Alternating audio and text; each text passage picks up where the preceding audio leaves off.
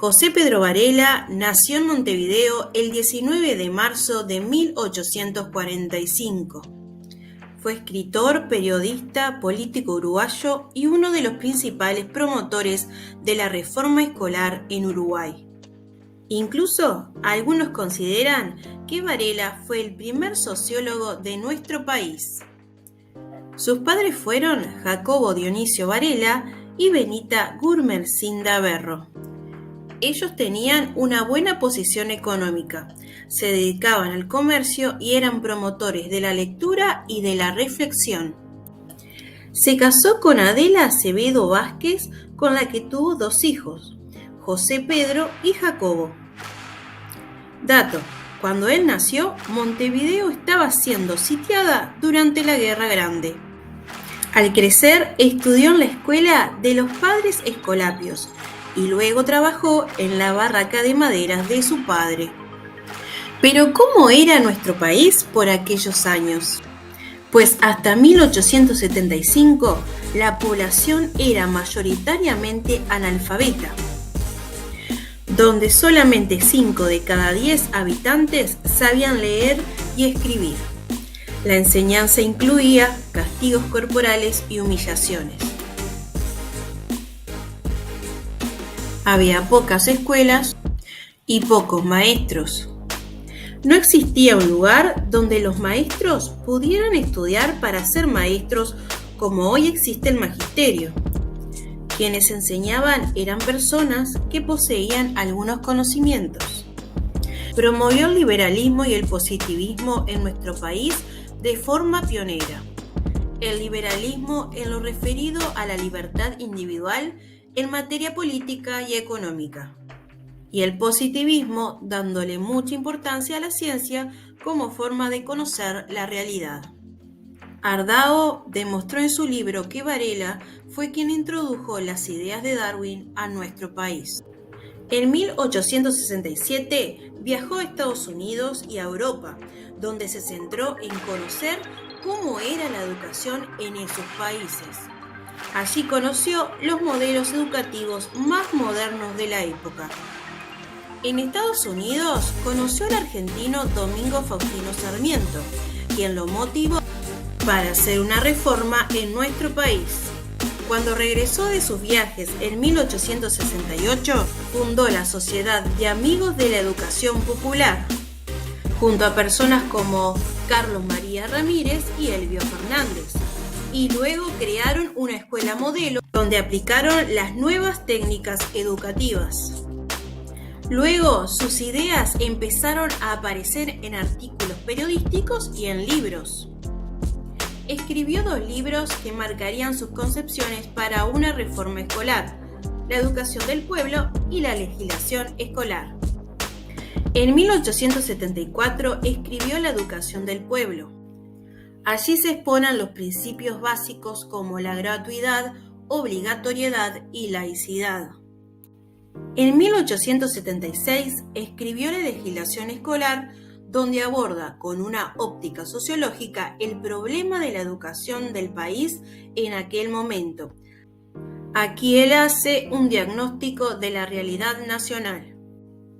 En 1876 fue presidente de la Comisión de Instrucción Pública de Montevideo, terminando con una superintendencia de las escuelas públicas del país. En este año aceptó la presidencia de la Comisión de Instrucción Pública y presentó al gobierno su proyecto de ley de educación común, cuyos fundamentos estarán en la legislación escolar. En este proyecto planteaba la necesidad de la obligatoriedad de aprendizaje para los niños entre 5 y 15 años, la laicidad promoviendo el respeto por las diferencias y la gratuidad.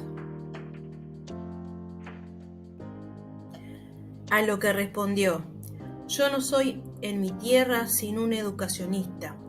Sé que mi actitud contribuye a prestigiar a la dictadura, pero sé también que si por este lado hago mal a mi país, por otro lado le hago bien. El prestigio que puedo dar a este gobierno es transitorio. El influjo de la reforma escolar es duradero y profundo.